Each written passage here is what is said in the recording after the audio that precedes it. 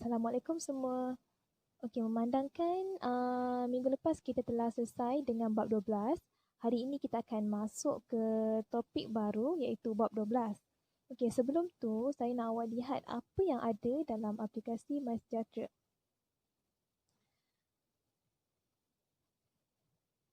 Berdasarkan aplikasi MySejahtera, kita boleh lihat tentang status terkini COVID-19 Malaysia.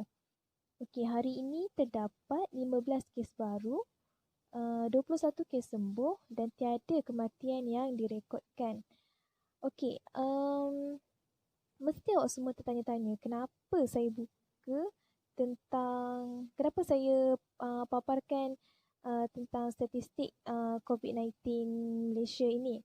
Okey, sebenarnya statistik ni ada berkaitan dengan tajuk yang kita akan belajar pada hari ini iaitu bab 12 tentang pengendalian data.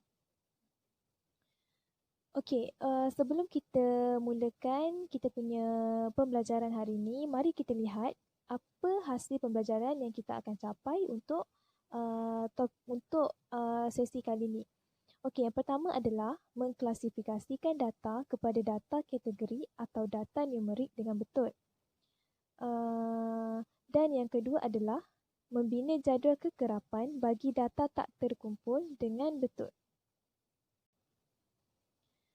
Okey, sebelum kita masuk kepada dua jenis data, cuba kamu lihat di tangan saya ini ada di sebelah tangan kanan saya ada dua pen warna berwarna biru dan di sebelah tangan kiri saya ada dua pen berwarna merah dan hijau. Okey, apa perbezaan yang awak dapat lihat tentang kedua-dua belah tangan saya ni? Okey, berdasarkan perbezaan yang kita dapat lihat, di sebelah tangan kanan saya ini terdapat dua batang pen berwarna biru, manakala di sebelah kiri saya terdapat satu pen berwarna merah dan satu lagi pen berwarna hijau. Okey, berdasarkan contoh yang saya bagi tadi, kita dapat lihat kita boleh definisikan data kepada dua kategori iaitu data kategori dan data numerik. Okey, apa itu data kategori? Data kategori adalah data yang mengukur ciri-ciri. Awak dapat lihat tadi kan yang di sebelah tangan kiri saya tadi ada dua ciri pen berwarna iaitu pen berwarna merah dan pen berwarna hijau. Okey. Contoh yang kita dapat lihat dalam data kategori ini adalah seperti jantina, warna kereta, perisa gula-gula dan kumpulan darah. Okey, data numerik. Data numerik adalah data yang mengukur kuantiti. Seperti yang awak lihat di sebelah tangan kanan saya tadi ada dua pen berwarna biru yang jumlahnya adalah 2 batang. Okey, contoh lain yang kita dapat lihat adalah seperti bilangan buku, tinggi pemain bola dan masa bersenam.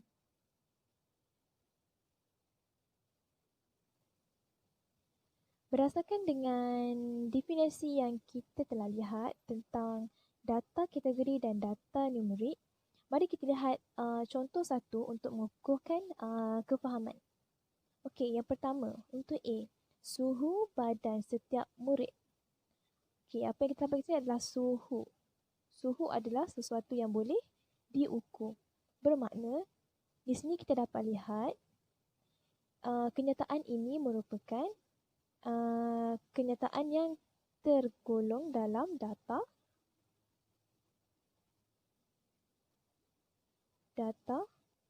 numerik.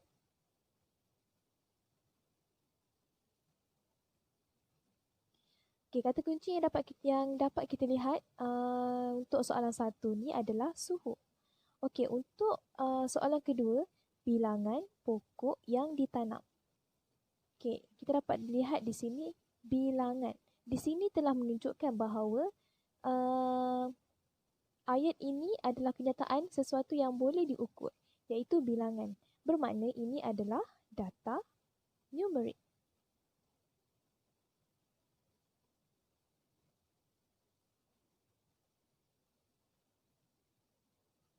Okey, untuk soalan ketiga, punca kemalangan di jalan raya.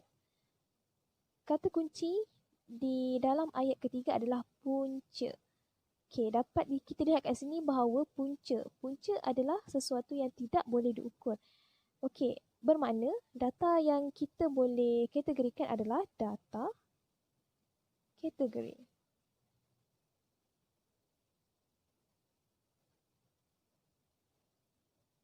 Okey, kenapa dia kategori? Sebab punca adalah sesuatu yang kita tak boleh diukur, betul tak?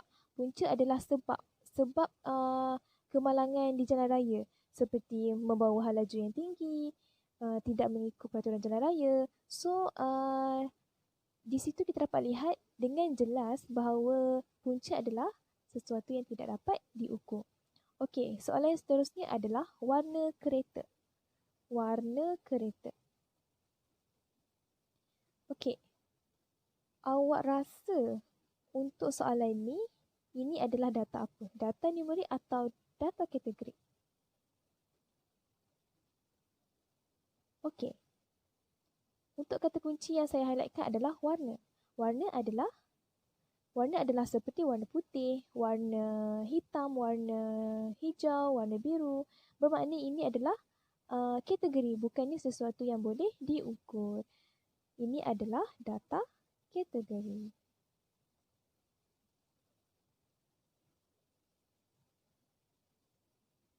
Okey, soalan yang terakhir adalah bahasa bertutur di rumah.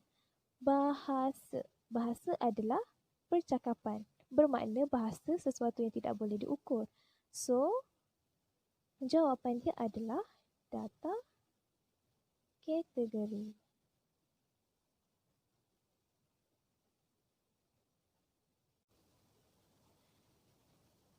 Selepas kita mengenal pasti jenis data yang kita mahu kenal pasti, kita perlu mengorganisasikan data tersebut dalam jadual.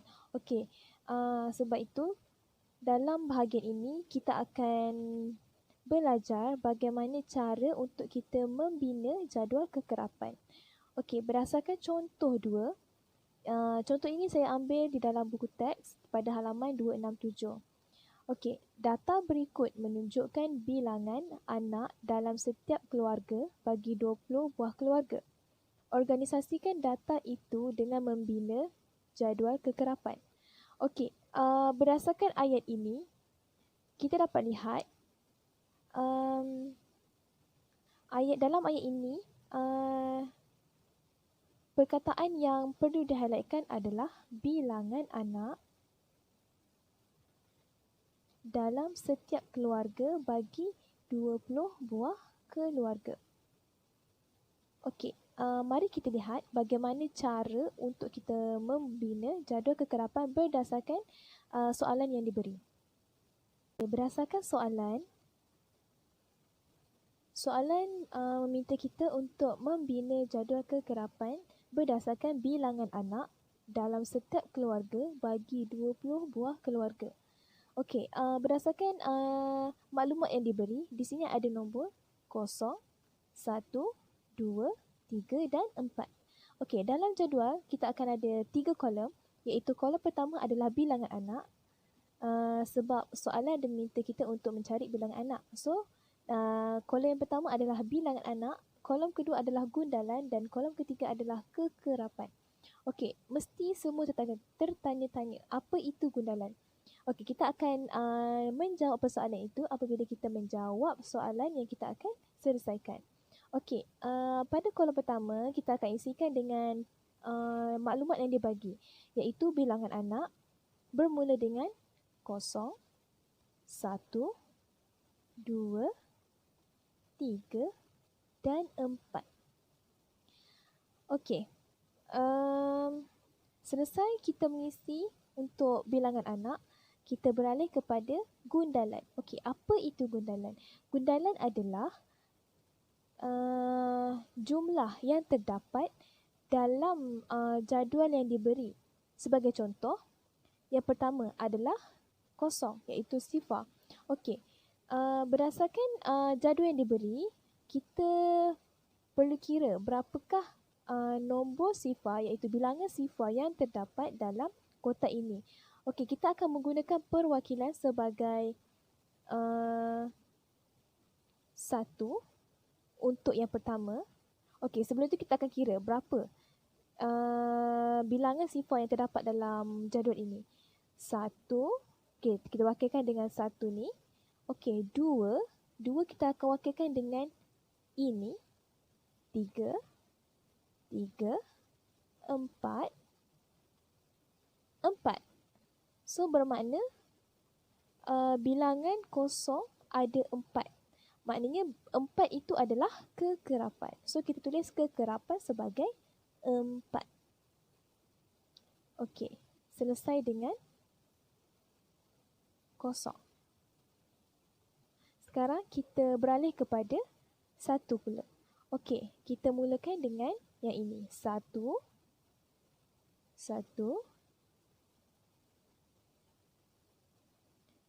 2, 3, 4, 5. Okey, bila kita sampai ke 5, kita akan mewakilkan, kita akan menutup kita punya perwakilan gundalan ini dengan silang macam ini. Ini menunjukkan bilangan nombor itu adalah 5. Okey, nombor 1 kekerapannya adalah 5. Okey, beralih kepada nombor 2 pula. 1, kita buat cara yang sama. 2, 3, 4, 5. Okey, 5, 6. Bermakna kekerapan untuk nombor 2 adalah 6. Okey, seterusnya adalah 3. 1, 2, 3. Bermakna kekerapan nombor 3 adalah 3. Dan seterusnya yang terakhir adalah 4. 1, 2. So, kekerapannya adalah 2. Okey, di sini kita dapat lihat kekerapan berdasarkan jadual yang kita telah lihat dan kita isi di dalam jadual. Okey, jumlah adalah hasil daripada jumlah kekerapan ini. Kita tambahkan semua kekerapan yang kita dapat dan kita akan tulis di sini. Maknanya 4 tambah dengan 5, tambah 6, tambah 3, tambah 2. So, jumlahnya adalah 20. Okey, dari sini kita dapat lihat 20 adalah jumlah bilangan anak dalam 20 buah keluarga. Bermakna kekerapan yang kita kira, yang kita dapat adalah kekerapan yang betul. Sebab apa? Sebab jumlah yang kita dapat di sini adalah 20, di mana sama dengan jumlah yang terdapat dalam soalan, iaitu 20 buah keluarga. Okey, untuk mengukuhkan lagi kefahaman kita tentang cara-cara untuk membina jadual kekerapan, kita pergi kepada contoh yang ketiga. Okey, data berikut menunjukkan saiz kemeja T yang dipakai oleh murid tingkatan 1 cekal. Organisasikan data itu dengan membina jadual kekerapan. Okey.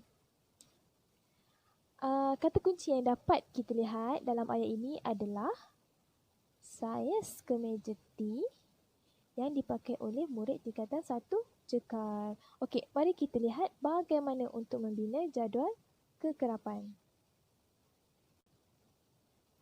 Okey, mari kita selesaikan tentang contoh 3 yang kita lihat tadi. Okey, di sini terdapat 3 kolom yang telah saya buat.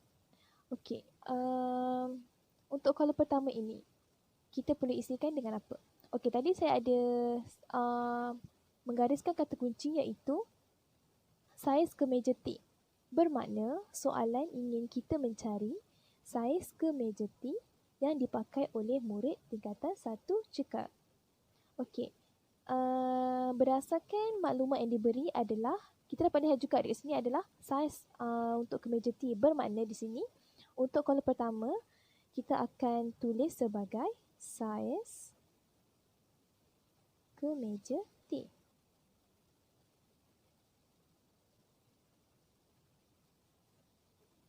Okey, kita tulis saiz yang terdapat dalam maklumat yang diberi. Yang pertama adalah S, M, L dan XL. Okey, berdasarkan contoh sebelum yang telah kita bincangkan, untuk kolom kedua ini patut diisi dengan gundalan.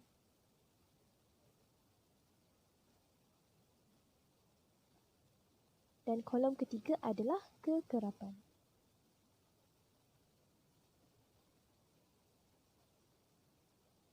Okey, kita mulakan dengan S. Okey, kita cari S dalam maklumat ni ada berapa? Okey, kat sini kita dapat lihat S ada satu saja. So, 1 dan kekerapannya adalah 1. Okey, M pula. M ada 1,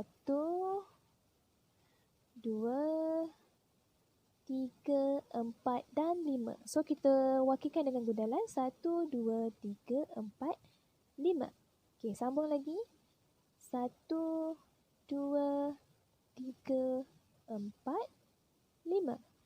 1, 2, 3, 4 dan 5. Okey, sambung lagi. 1, 2. 1, 2. Bermakna kekerapan saiz M adalah, di sini ada 5, 10, 6, maafkan saya, 5, 5, 10, 11 dan 12. So, kekerapannya adalah 12. Okey, untuk saiz L pula, 1, 2, 3, 4, 5. 1, 2, 3, 4, 5. Maafkan saya, 5. 1, 2, 3, 4. 1, 2, 3, 4. Bermakna kekerapan untuk L adalah 5, 6, 7, 8, 9. 9. Okey, dan terakhir adalah XL. 1, 2, 3, 4, 5. 1, 2, 3, 4 dan 5. So, kekerapannya adalah 5. Okey, untuk jumlah. Jumlah, kita hanya perlu tambahkan kekerapan yang dapat kita kira tadi. So, jumlahnya adalah 1 tambahkan dengan 12, tambahkan dengan 9, tambahkan dengan 5.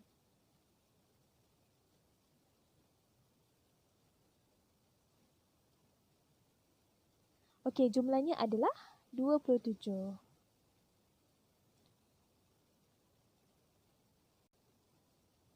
Okey, selesai kita punya jadual kekerapan. Senang bukan? Okey, sebagai penutup untuk hari ini, mari kita imbas kembali apa yang kita telah belajar untuk bahagian ini.